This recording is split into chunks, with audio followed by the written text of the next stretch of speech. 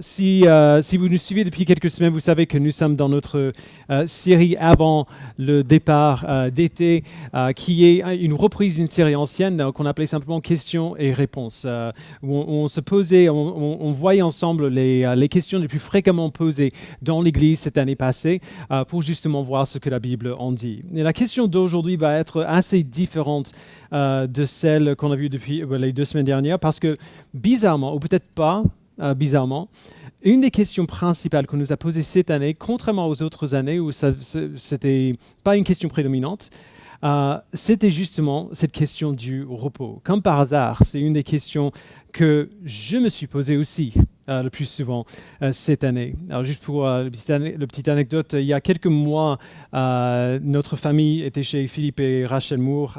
Donc Philippe était l'implanteur de l'église au Val d'Europe où j'ai fait mon stage d'implantation d'église avant d'implanter Connexion. Plusieurs d'entre vous le connaissent d'ailleurs, on les connaît très bien. Et donc on était chez eux, les enfants jouaient, moi et Lohan on discutait avec eux. Et ils nous demandaient simplement des choses normales, comment on allait, comment l'église allait, qu'est-ce qui se passe dans la famille. Donc j'expliquais un peu tout ça. J'avais trouvé la discussion tout à fait normale et agréable, sans rien de bizarre. Et donc j'étais assez surpris quand Rachel a regardé à Philippe, puis elle m'a regardé, et dit « Jason, tu as besoin de faire une pause. Tu as besoin d'une pause. » Et j'ai dit, oui, c'est vrai, en fait, on va partir quelques semaines aux États-Unis cet été pour voir ma famille. Non. Il faut que tu fasses une pause. Il faut que genre, un congé sérieux, de ne pas travailler pendant une période prolongée, plusieurs semaines, voire quelques mois même, parce que tu vas craquer. Et tout ce temps, Philippe est à côté en faisant. Donc, c'était un peu choquant pour moi de l'entendre. Mais une fois que c'était dit, c'était assez évident. Et je ne sais pas pourquoi j'ai mis aussi longtemps à le comprendre, parce que Lohan me dit la même chose depuis des mois et des mois. Et donc, j'en ai parlé aux anciens. Ils étaient d'accord. Du coup, ils ont été assez généreux pour me donner une pause de 2 mois à partir du 4 juillet. Jusqu'à fin août. Et donc, je prêche dimanche prochain et après ça, je serai off. Notre famille va partir un peu pendant ce temps et on sera ici le reste du temps. Donc, on sera là, on va vous voir, mais je ne travaillerai pas pendant ce temps, à part quelques engagements que je peux maintenir, mais pour lesquels le vrai travail est déjà fait, comme des mariages pour lesquels je serai présent. Donc, ce genre de choses n'est pas gênant. Mais j'avoue que m'engager dans une pause de 2 mois me met dans une position étrange, déjà parce que je ne l'ai jamais fait. Je n'ai jamais pris plus de 3 semaines à la fois de ma vie entière. Mais surtout parce que d'un côté, je sais que je ne suis pas le seul à être près du bord de l'épuisement total. D'où cette question qui vient à répétition cette année. Et surtout parce que je ne veux pas imaginer qu'une pause prolongée va suffire. Si on est honnête, genre une pause prolongée n'est pas la solution miracle à tous nos soucis, ni même de nos soucis de fatigue. Et donc le message d'aujourd'hui est le fruit de plusieurs mois, honnêtement, de réflexion et de prière et de lecture de la parole. Je vous ai déjà dit dans le passé que lorsque je prêche tout d'abord moi-même. Rarement ça a été aussi vrai qu'aujourd'hui. Donc, pour répondre à cette question de comment le chrétien se repose, on va se focaliser sur 2 types de repos différents. Le premier, ce que je vais appeler le repos humain, et ensuite le repos fondamental. Le repos humain, c'est le repos ordinaire. Alors, repos physique, mental, émotionnel, du stress de la vie. C'est le type de repos qu'on trouve dans les vacances et dans les siestes. D'ailleurs, si vous ne faites pas de sieste, faites des siestes, vraiment. À partir de 35 ans, vous allez ressentir un truc qui ne va pas dans la journée. Et je vous promets, une bonne partie du temps, une petite sieste d'une demi-heure après le déjeuner, ça change tout. Bref, je dis ça comme ça. C'est le type de repos qu'on peut trouver dans ces choses, dans le loisir, dans une bonne nuit de sommeil, et ainsi de suite. La Bible a beaucoup de choses à dire au sujet de ce type de repos. C'est ancré dans une des premières choses que nous voyons dans la Bible, dans Genèse 2. Si vous vous rappelez, Dieu crée le monde en 6 jours, et puis après de voir que tout ce qui a été créé est bon, Dieu se repose. Genèse 2, verset 2, le 7e jour, Dieu mit un terme à son travail de création. Il se reposa de son activité le 7e jour. Dieu bénit le 7e jour et en fit un jour saint, Parce que ce jour-là, il se reposa de toute son activité, de tout ce qu'il avait créé. Alors, bien sûr, la première chose que je vois si j'enlève mes lunettes de chrétien et je regarde ça de manière objective, c'est si c'est Dieu, est-ce qu'il a vraiment besoin de sommeil? Il est vraiment fatigué après 6 jours? Non, bien sûr que non. Il ne se fatigue pas, il n'a pas besoin du repos. Le repos qu'il prend, c'est une session intentionnelle d'activité, où il décide d'arrêter. Et il fait en partie cela pour montrer le modèle pour les humains quand il établira son alliance avec son peuple. Quand il donne la loi à son peuple plus tard, il leur donne un jour de repos pour tout le peuple tout entier. Exode chapitre 20, « Souviens-toi de faire du jour du repos un jour saint. » Pendant 6 jours, tu travailleras, tu feras tout ce que tu dois faire, mais le 7e jour est le jour de repos de l'Éternel ton Dieu. Tu ne feras aucun travail, ni toi, ni ton fils, ni ta fille, ni ton esclave, ni ta servante, ni ton bétail, ni l'étranger qui habite chez toi. Donc tout le monde. En effet, en 6 jours, l'Éternel a fait le ciel, la terre, la mer et tout ce qui s'y trouve, et il s'est reposé le 7e jour. Voilà pourquoi l'Éternel a béni le jour du repos et en a fait un jour saint. Et donc, un jour par semaine, pendant cette journée qu'on appelait le sabbat, les gens sont appelés à ne pas travailler et à se concentrer sur Dieu. Alors ça, rien que cette réalité nous dit plusieurs choses différentes. La première chose, c'est que nous avons besoin du repos. Ce n'est pas une surprise pour nous, mais on en a besoin. Ce n'est pas une surprise, on le sait, mais on oublie assez souvent dans la pratique. C'est évident, mais le commandement du sabbat nous rappelle que peu importe combien nous nous sentons suffisants à nous-mêmes, nous ne le sommes pas. On ne peut pas tout faire, on a besoin du repos. La deuxième chose, c'est que même si on a besoin de repos, on n'a peut-être pas pas besoin d'autant de repos qu'on imagine. Dieu nous connaît mieux que nous parce qu'il nous a créés et le schéma qu'il a établi pour les humains n'était pas une semaine de 35 heures, plus des ponts, plus des vacances, 10 semaines de vacances par an. C'était une semaine de 6 jours avec un jour de repos et des fêtes qui venaient pendant le reste de l'année. Alors, je vais revenir à ça tout à l'heure, je sais qu'on peut mal prendre ça. La troisième chose, c'est que le repos fondamental dont le peuple de Dieu a besoin se trouve véritablement en lui. Ce n'est pas un accident que le jour du repos devait aussi être le jour où le peuple devait se rassembler pour adorer Dieu. C'est pour cela qu'on se rassemble pour louer le dimanche. Dieu veut que nous trouvions même notre repos ordinaire et humain en lui. Et ça aussi, on va y revenir tout à l'heure. Je ne vous dis rien de nouveau là. Nous avons besoin de repos. On a besoin de repos ordinaire et humain. Dieu le savait, il le sait toujours, et il a parlé à son peuple de ce besoin dès le tout début.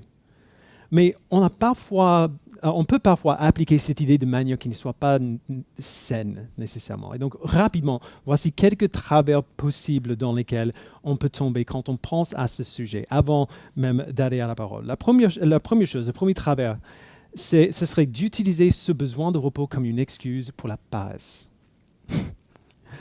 Beaucoup de gens, et je m'inclus là-dedans, beaucoup de gens, sous le prétexte d'avoir besoin de repos, se permettront de devenir passifs, de devenir oisifs, de devenir feignants. Tout travail nous semblera comme un fardeau immense, et donc on va dépendre d'autres gens pour faire des choses difficiles pour nous et on ne se lèvera pas pour faire l'effort nous-mêmes. Les proverbes ont pas mal de choses à dire au sujet du paresseux. Et pas l'animal, mais celui ou celle qui est paresseux. Et donc, alors que Dieu dit que le repos est très important, il dit aussi que le travail est très important. Avant que le péché arrive dans le monde, Dieu a créé l'homme et lui a donné du travail. Le travail en lui-même, c'est une bonne chose. Et malgré ce qu'on peut imaginer, on a besoin de travail tout autant qu'on a besoin du repos. On a besoin du travail tout autant qu'on a besoin du repos. Dieu travaille toujours et il nous a créés pour travailler. Le deuxième travers, ce serait d'appliquer cette règle d'un jour de repos par semaine de manière trop rigide, qui ignore l'état dans lequel nous sommes. J'ai fait ça pendant longtemps, un peu de manière naïve. Je me suis dit, puisque Dieu, dans sa sagesse, a dit au peuple de se reposer un jour par semaine, je vais faire ça. Un jour par semaine de congé. Apparemment, c'est ça qu'il faut. C'est ça que je me suis dit. Mais Dieu sait bien que parfois, on a besoin de plus que ça, ou on a besoin d'aide. Vous vous souvenez de Moïse, quand il s'épuisait dans son travail de diriger le peuple, il prenait trop sur lui-même. Dieu a envoyé son beau-père pour lui dire qu'il devait arrêter ça, qu'il avait besoin d'autres gens pour lui enlever un peu de ce fardeau. Alors parfois on a besoin d'aide ou parfois on a besoin d'une pause plus conséquente, d'une période plus prolongée du repos, ou alors simplement d'ajuster des choses dans notre vie, d'enlever certains éléments de notre planning, parce que pour de nombreuses raisons on a besoin de plus que ça. On ne devrait pas se culpabiliser de faire cela. Le troisième travers, ce serait de traiter le loisir comme le but. Souvent nous mettons les choses qu'on aime faire, et moi je suis le pire pour ça. On met les choses qu'on aime faire, nos loisirs ou nos hobbies, dans le même panier que le repos. Et il y a des choses qui se chevauchent dans ces domaines-là. Mais combien parmi nous ont fait l'expérience d'être encore plus fatigués après les vacances qu'au début? Souvent, on s'acharne pour arriver enfin à notre repos, comme si le loisir était une poursuite digne d'autant de travail, et on est bien déçu du résultat. Oui, c'était sympa, mais pas plus. Qu'est-ce que j'en ai tiré vraiment? Le loisir n'est pas nécessairement synonyme de repos. Et surtout, le loisir ne devrait pas être ce que nous poursuivons avant tout. Ou pour le dire autrement, le loisir est un support pour la vie et pas l'inverse.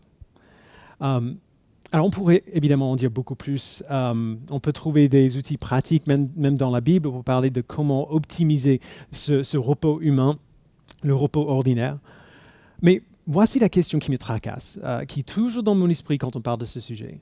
Qu'est-ce qu'on fait si, pour des raisons variées, on n'est pas en mesure de mettre ces outils en pratique?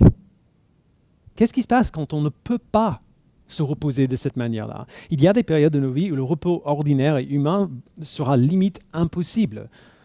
Quand nos enfants sont petits, par exemple. Ils ne dorment pas forcément très bien, et donc, nous non plus. Nous ne dormons pas.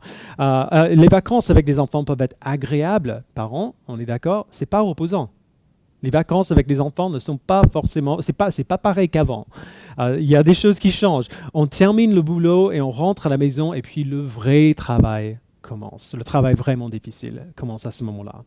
Vous voyez ce que je veux dire? Pour plusieurs d'entre nous, à cause de la fatigue qui vient du travail ou à cause de toutes ces autres choses qui peuvent venir nous fatiguer, il y a aussi d'autres choses qui viennent en plus, qui s'ajoutent à toutes ces raisons de fatigue. Des gens qu'on a besoin de voir, des engagements qu'on a fait, des choses ordinaires comme faire des courses, payer les impôts, appeler le plombier. Et même, il y a la fatigue qui vient du fait de participer à la vie de l'Église. C'est pas, genre, il faut pas faire comme si ce n'est pas fatigant de faire autant de choses. Et donc, voici la question que je me pose. Comment est-ce qu'on trouve du repos si on est dans un stade de la vie où le repos ordinaire, donc loisirs, vacances, sommeil, et ainsi de suite, est difficile à trouver? Et en fait, c'est à cette question-là que la Bible répond le plus clairement. On peut trouver de la sagesse pour le repos ordinaire dans la Bible, absolument. Mais si on fait un pas de recul et on regarde à toute la Bible, on trouve que le vrai repos pour le peuple de Dieu ne se trouve pas dans le sabbat, ne se trouve pas dans le repos que Dieu, le jour de repos que Dieu a instauré pour son peuple. Le sabbat est une image destinée à diriger nos yeux à un sabbat encore meilleur. Ou pour le dire autrement, je suis extrêmement reconnaissant envers les anciens pour cette pause qu'ils m'ont accordée cette année et pour toute l'équipe qui va venir faire des choses cet été pour que je puisse le faire. Mais même si ce n'était pas possible, même si c'était comme tous les autres ans et je devais me contenter de 2 ou 3 semaines comme tout le monde, ce serait difficile, oui, étant donné ce qui se passe dans la vie aujourd'hui, mais j'aurais quand même la provision pour mon besoin de repos fondamental. Le besoin dont j'ai vraiment besoin, je n'en serais pas privé si cette pause prolongée n'était pas possible. Même lorsque le repos ordinaire est impossible, on a un meilleur repos. Même un chrétien qui est physiquement et mentalement épuisé peut être au repos. Le repos fondamental dont nous avons vraiment et perpétuellement besoin, nous l'avons déjà. Alors je vous invite à aller avec moi à la lettre aux Hébreux, au chapitre 4. Non, pardon, au chapitre 3. Excusez-moi. On va lire un passage plutôt long aujourd'hui. On ne va pas voir chaque verset en détail. Il y a une chose spécifique à laquelle on va fixer notre attention ou quelque chose de spécifique dans ce texte. Juste pour rappeler, dans les premiers chapitres de cette lettre, l'auteur a posé l'argument que Jésus-Christ est l'image du Dieu invisible qui, par son sacrifice à la croix pour nos péchés, est devenu le grand prêtre ultime pour son peuple. Si vous en souvenez, si vous connaissez un petit peu l'Ancien Testament, dans la loi de Moïse, le grand prêtre était celui qui devait entrer dans le temple ou dans le tabernacle pour faire des sacrifices pour le peuple, pour leurs péchés, afin qu'ils puissent demeurer dans la présence de Dieu. C'était un peu le médiateur entre Dieu et son peuple. L'auteur dit que le sacrifice de Jésus est meilleur que tous ces autres sacrifices parce que Jésus est le Fils de Dieu. Alors le sacrifice de sa vie pour les nôtres est un sacrifice qui est une fois pour toutes. Il n'y a plus besoin de sacrifice et plus besoin de ce grand prêtre humain intermédiaire qui reste là pour être le médiateur entre nous et Dieu. Maintenant, Jésus tient cette place-là. Il se tient comme le meilleur grand prêtre, celui qui nous a rachetés, qui a payé pour nos péchés et qui maintenant se tient dans la présence de Dieu en tant que notre avocat pour que nous puissions rester dans la présence de Dieu avec lui. Et puis au chapitre 3, verset 7, l'auteur dit, en gros, puisque tout ce que je viens de dire est vrai, puisque toutes ces choses sont vraies, il y a une promesse que Dieu donne et un appel que Dieu nous fait. Donc lisons ensemble à partir du verset 7 de Hébreux chapitre 3. C'est pourquoi, comme le dit le Saint-Esprit, aujourd'hui, si vous entendez sa voix, n'endurcissez pas votre cœur, comme lors de la révolte, comme le jour de la tentation dans le désert. Là, vos ancêtres m'ont provoqué, ils m'ont mis à l'épreuve et ils m'ont vu agir pendant 40 ans. C'est pourquoi j'ai été irrité contre cette génération et j'ai dit, ils ont toujours un cœur qui s'égare, ils n'ont pas connu mes voies. Aussi, j'ai juré dans ma colère, ils n'entreront pas dans mon repos. Donc juste une pause rapide entre parenthèses. Là, il parle d'un épisode qu'on voit dans Exode 17, dans Nombre 14, où le peuple se plaignait que Dieu ne pourvoyait pas à leurs besoins malgré le fait qu'il venait de les secourir de l'esclavage en Égypte. Leur cœur était rebelle contre lui et donc Dieu leur a dit qu'ils n'entreraient pas dans la terre promise, mais que ce serait plutôt leurs enfants qui allaient le faire. Cette terre de repos qu'il a promis à son peuple, il a dit vous n'y entrerez pas, ce sera plutôt vos enfants. Donc c'est de ça qu'il parle. Verset 12. Faites attention, frères et sœurs, qu'aucun de vous n'ait un cœur mauvais et incrédule qui le détourne du Dieu vivant. Au contraire, encouragez-vous les uns les autres chaque jour, aussi longtemps qu'on peut dire aujourd'hui, afin qu'aucun de vous ne s'endurcisse, trompé par le péché. En effet, nous sommes devenus les compagnons de Christ, pourvu que nous retenions fermement jusqu'à la fin notre position première, aussi longtemps qu'il est dit, aujourd'hui, si vous entendez sa voix, n'endurcissez pas votre cœur, comme lors de la révolte. Qui s'est en effet révolté après avoir entendu? N'est-ce pas tous ceux qui étaient sortis d'Égypte sous la conduite de Moïse? Contre qui Dieu a-t-il été irrité pendant 40 ans? N'est-ce pas contre ceux qui avaient péché et dont les cadavres sont tombés dans le désert? Et à qui a-t-il juré qu'ils n'entreraient pas dans son repos, sinon à ceux qui avaient désobéi? Ainsi, nous voyons qu'ils n'ont pas pu y entrer à cause de leur incrédulité. Redoutons donc, alors que la promesse d'entrer dans son repos reste valable, que l'un de vous ne semble être resté en arrière. En effet, cette bonne nouvelle nous a été annoncée aussi bien qu'à eux. Mais la parole qu'ils ont entendue ne leur a servi à rien, parce qu'ils n'étaient pas unis dans la foi à ceux qui ont écouté. Quant à nous qui avons cru, nous entrons dans le repos, dans la mesure où Dieu dit « J'ai juré dans ma colère, ils n'entreront pas dans mon repos ». Pourtant, son travail était terminé depuis la création du monde. En effet, il a parlé quelque part ainsi au sujet du 7e jour, et Dieu se reposa de toute son activité le 7e jour. Et dans ce passage, il dit encore « Ils n'entreront pas dans mon repos ». Ainsi, certains ont encore la possibilité d'y entrer, et les premiers à recevoir cette bonne nouvelle n'ont pas accédé au repos à cause de leur désobéissance. C'est pourquoi Dieu fixe de nouveau un jour, aujourd'hui, en disant bien longtemps après par David cette parole déjà citée. Aujourd'hui, si vous entendez sa voix, n'endurcissez pas votre cœur. Si Josué leur avait effectivement donné le repos, Dieu ne parlerait pas après cela d'un autre jour. Il reste donc un repos de sabbat pour le peuple de Dieu. En effet, celui qui entre dans le repos de Dieu se repose lui aussi de son activité, tout comme Dieu s'est reposé de la sienne. Empressons-nous donc d'entrer dans ce repos, afin que personne ne tombe en donnant le même exemple de désobéissance. Alors on s'arrête là pour le moment. Quand on enseigne aux gens à comment lire la Bible, on dit souvent de garder un œil bien ouvert pour la répétition. Si un auteur répète la même chose plusieurs fois en peu de temps, c'est quasi certain que l'auteur essaie d'attirer notre attention sur quelque chose qui est vraiment important. Et dans ce passage, on voit 2 phrases répétées 3 fois. La première est l'appel que Dieu donne au lecteur de sa lettre. Aujourd'hui, si vous entendez sa voix, n'endurcissez pas votre cœur, comme lors de la révolte. La deuxième, c'est la conséquence de ne pas répondre à cet appel. J'ai juré dans ma colère, ils n'entreront pas dans mon repos. Alors voici 2 choses auxquelles l'auteur essaie de forcer notre attention. Son message, c'est qu'il est possible d'endurcir son cœur de telle façon que nous n'entrions pas dans le repos que Dieu a promis pour son peuple. Alors, dire ça peut effrayer les calvinistes comme moi, qui croient que si Dieu nous a donné le salut par le Saint-Esprit, il ne nous enlèvera pas ce salut. Et donc, qu'est-ce que ça veut dire si ça ne veut pas dire ça?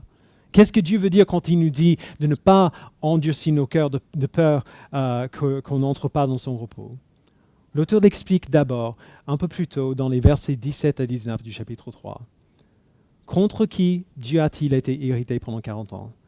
N'est-ce pas contre ceux qui avaient péché et dont les cadavres sont tombés dans le désert? Et à qui a-t-il juré qu'ils n'entreraient pas dans mon repos, sinon à ceux qui avaient désobéi? Ainsi, nous voyons qu'ils n'ont pas pu y entrer à cause de leur incrédulité. Alors c'est vraiment important de voir sa façon de dire les choses. Il a dit, ils ne sont pas entrés dans son repos, ils sont tombés dans le désert à cause de leur péché, parce qu'ils ont désobéi. Et puis au verset 19, il dit qu'ils n'ont pas pu entrer dans le repos à cause de leur incrédulité. Vous voyez le lien qu'il fait entre les deux. Cet endurcissement de cœur, c'est ça. C'est l'incrédulité qui se manifeste dans la désobéissance à Dieu. Le peuple n'a pas cru et donc ils sont tombés dans la désobéissance. On n'a pas confiance en lui et donc on ne lui obéit pas. Alors vous voyez ce qu'il dit. Nous avons cette promesse du repos que Dieu donne à son peuple, qui est d'abord une promesse qu'on dit eschatologique, c'est-à-dire une promesse qui parle de la fin de ce monde actuel, le repos qu'on va avoir au retour de Christ. Et c'est cela qui veut dire quand il dit dans le chapitre 4, verset 9, « Il reste donc un repos de sabbat pour le peuple de Dieu. » Mais Dieu dit que ce repos est pour ceux qui ont la foi dans l'œuvre accomplie de Christ. Et comme on voit plein de fois dans les lettres de Jean et de Jacques, cette foi en Christ se manifeste comment? Par la persévérance pour obéir au commandement de Dieu. Pas la perfection, mais la persévérance. Cette promesse n'est pas pour ceux qui sont incrédules et qui donc persistent dans la désobéissance, persistent dans le péché. Alors, même si ça nous semble un peu contre-intuitif, voici ce que l'auteur dit. Si vous voulez entrer dans le repos de Dieu, travaillez dur pour poursuivre l'obéissance. Chapitre 4, verset 11. Empressons-nous donc d'entrer dans ce repos, afin que personne ne tombe en donnant le même exemple de désobéissance. Sans ce travail d'empressement, de persévérance, malgré la difficulté, nous tomberons dans la désobéissance et nous n'entrerons pas dans ce repos. Et c'est là où ce texte est vraiment formidable. Il nous dit comment éviter cela. Il nous dit comment faire ce travail de poursuite et de persévérance dans l'obéissance. Et il le fait en décrivant les moyens que Dieu nous donne pour le faire. Et ces moyens assurent non seulement notre persévérance et notre repos éternel, non seulement le repos futur qu'on aura au retour de Christ, mais ces moyens assurent notre repos actuel, aujourd'hui aussi. Lisons encore le verset 11 et puis on va continuer. Empressons-nous donc d'entrer dans ce repos, afin que personne ne tombe en donnant le même exemple de désobéissance. En effet, La parole de Dieu est vivante et efficace. Plus tranchante que toute épée à deux tranchants, pénétrante jusqu'à séparer l'âme et esprit, jointure et moelle, elle juge les sentiments et les pensées du cœur. Aucune créature n'est cachée devant lui, tout est nu et découvert aux yeux de celui à qui nous devons rendre compte. Donc voici le premier moyen que Dieu nous donne pour poursuivre, pour persévérer dans l'obéissance afin d'entrer dans ce repos éternel. C'est sa parole. Alors je sais que pour certains d'entre vous, vous n'êtes pas de grands lecteurs, et donc quand on n'arrête pas de vous dire « lisez la parole, lisez la parole, lisez la parole », je sais que c'est plus fatigant qu'autre chose, assez souvent. Genre ça vous donne encore plus de travail, et un travail qui est difficile pour vous en plus. Mais voici pourquoi la diligence pour lire et pour étudier et pour connaître et pour mémoriser la parole de Dieu est essentiel pour le repos. Ce n'est pas contre le repos que Dieu promet, c'est le moyen du repos que Dieu nous donne. Regardez au verset 14 à 16 qui viennent juste après. Donc il parle de cette parole de Dieu. Puis verset 14, il dit « Ainsi, puisque nous avons un souverain grand prêtre qui a traversé le ciel, Jésus, le Fils de Dieu, restons fermement attachés à la foi que nous professons. En effet, nous n'avons pas un grand prêtre incapable de compatir nos faiblesses, au contraire. Il a été tenté en tout point comme nous, mais sans commettre de péché. Approchons-nous donc avec assurance du trône de la grâce, afin d'obtenir compassion et de trouver grâce pour être secourus au moment opportun. Voici pourquoi nous avons besoin de la parole de Dieu pour trouver le repos. Parce que c'est dans la parole de Dieu que nous trouvons Jésus-Christ. C'est dans la parole de Dieu que nous trouvons notre grand prêtre. C'est par la parole que nous apprenons comment nous sommes sauvés. Comment notre grand prêtre intercède pour nous, comment il sert de médiateur et avocat pour nous. C'est essentiel. Qu'on le sache ou non, notre péché, notre rébellion contre Dieu, c'est la cause principale du manque de repos dans notre vie. C'est le stress derrière tous les autres stress et la fatigue derrière toutes les autres fatigues. Et en Christ, qu'est-ce qu'on trouve? Selon ces versets, on trouve de la grâce, on trouve de la compassion, on trouve un grand prêtre qui peut compatir à nos faiblesses parce qu'il sait ce que c'est. Il a vécu lui-même, il sait combien c'est difficile. En tout point, il a été tenté comme nous. C'est impossible de surestimer le repos simple, genre mental, émotionnel, qui vient du fait de savoir que Jésus comprend ce qu'on vit. Il sait ce que c'est. Il sait ce que ça fait d'être fatigué, d'être épuisé par la vie dans ce monde. Et il sait mieux que nous. Il comprend ce par quoi on passe. Et donc, il a de la compassion pour nous. Il nous donne librement son pardon, pas à contre-cœur. Il sait ce que c'est. Et puisque Christ, en même temps, est un bon grand prêtre, puisqu'il a traversé chaque tentation, mais a réussi à résister à chaque tentation jusqu'à la fin, il sait aussi comment nous pouvons y résister nous-mêmes. Il sait nous aider, il sait nous enseigner. Il sait nous montrer l'obéissance, nous enseigner l'obéissance. Ce n'est pas facile et c'est souvent douloureux, mais l'obéissance que Jésus nous enseigne apporte aussi du repos.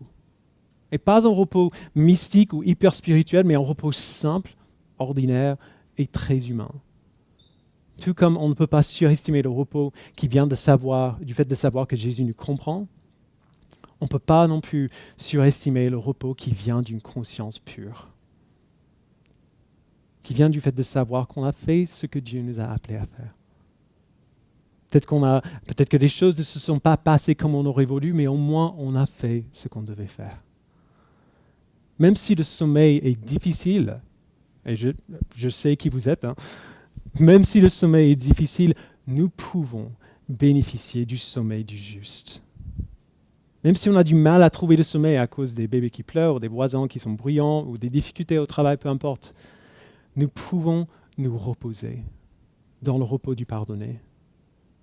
Votre vie tombe peut-être en miettes autour de vous. Mais il y a une confiance et une paix inestimables qui viennent du fait de savoir que vous faites ce que Dieu vous appelle à faire.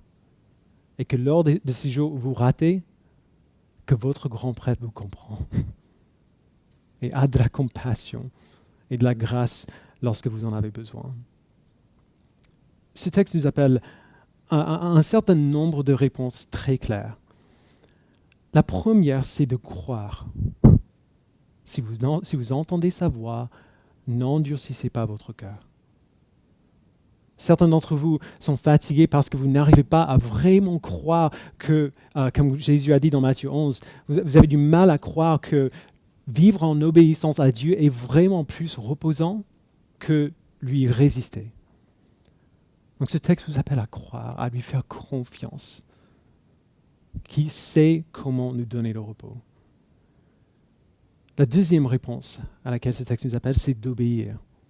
Certains d'entre vous, vous êtes fatigués parce que vous savez ce à quoi Dieu vous appelle et vous ne le faites pas. Vous savez exactement ce que Dieu vous appelle à faire et vous résistez à le faire quand même. Je sais que vous pensez que persévérer dans l'obéissance, ne pas céder à la tentation est difficile, voire impossible. Mais je vous promets, le Saint-Esprit est plus fort que votre péché. Résister au Saint-Esprit est bien plus fatigant que résister au péché, que lutter contre votre péché. La troisième réponse, on l'a lu tout à l'heure, mais vite, et c'est de ne pas essayer de faire cela tout seul.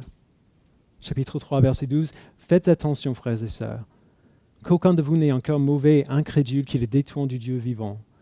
Au contraire, encouragez-vous les uns les autres chaque jour, aussi longtemps qu'on peut dire aujourd'hui, afin qu'aucun de vous ne s'endurcisse, trompé par le péché. » Et chapitre 4, verset 1, « Redoutons donc, alors que la promesse d'entrer dans ce repos reste valable, que l'un de vous ne semble être resté en arrière. » Si nous essayons de faire tout cela seul, ça ne marchera pas. Alors, Dieu fait grâce dans ces circonstances où c'est vraiment, vraiment, vraiment impossible. L'apôtre Jean, sur l'île de Patmos, Dieu fait grâce. Mais si on essaie, dans un contexte où on a accès à une communauté de frères et sœurs en Christ qui peuvent nous aider, si on essaie de faire cela seul, ça ne marchera pas. On a besoin les uns des autres. Et on a aussi une responsabilité les uns envers les autres. Personne n'est laissé derrière. Et voici comment il nous dit de nous aider les uns les autres, ce dont nous devons constamment nous rappeler les uns aux autres. Dans la parole de Dieu, nous trouvons notre grand prêtre. Nous trouvons la compassion de Dieu incarnée dans la personne de Jésus-Christ. Dans notre grand prêtre, nous trouvons le repos aujourd'hui. Nous trouvons l'assurance que le problème fondamental de notre vie est résolu, qu'il a fait ce que nous sommes incapables de faire. Dans le repos de Christ, nous trouvons la persévérance pour obéir à Dieu. Nous trouvons la liberté et le maître qu'il nous faut pour apprendre à persévérer dans l'obéissance à Dieu. Nous trouvons une conscience pure et le repos spirituel et mental et émotionnel qui en découle. Et enfin, en persévérant dans cette obéissance, nous trouvons l'assurance du repos parfait et éternel qu'on aura au retour de Christ. Nous voyons le résultat de l'obéissance qui est toujours une assurance encore plus ferme que Dieu est vraiment en train de nous rendre semblables à l'image de son Fils et qui va continuer ce travail jusqu'à la fin.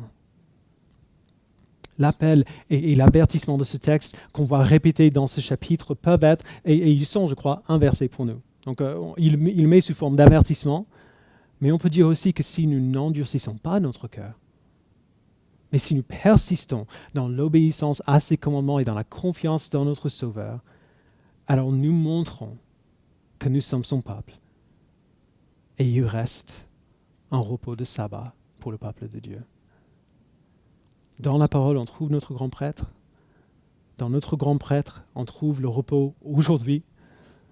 Dans son repos, on trouve la persévérance pour obéir à Dieu. Et dans cette persévérance, on trouve le repos pour toujours. Empressons-nous donc d'entrer dans ce repos, de grandir dans notre ressemblance à notre grand prêtre. Et ainsi, reposons-nous. Partons en vacances au repos déjà. Et rentrons comme on est parti. Je vous invite à prier.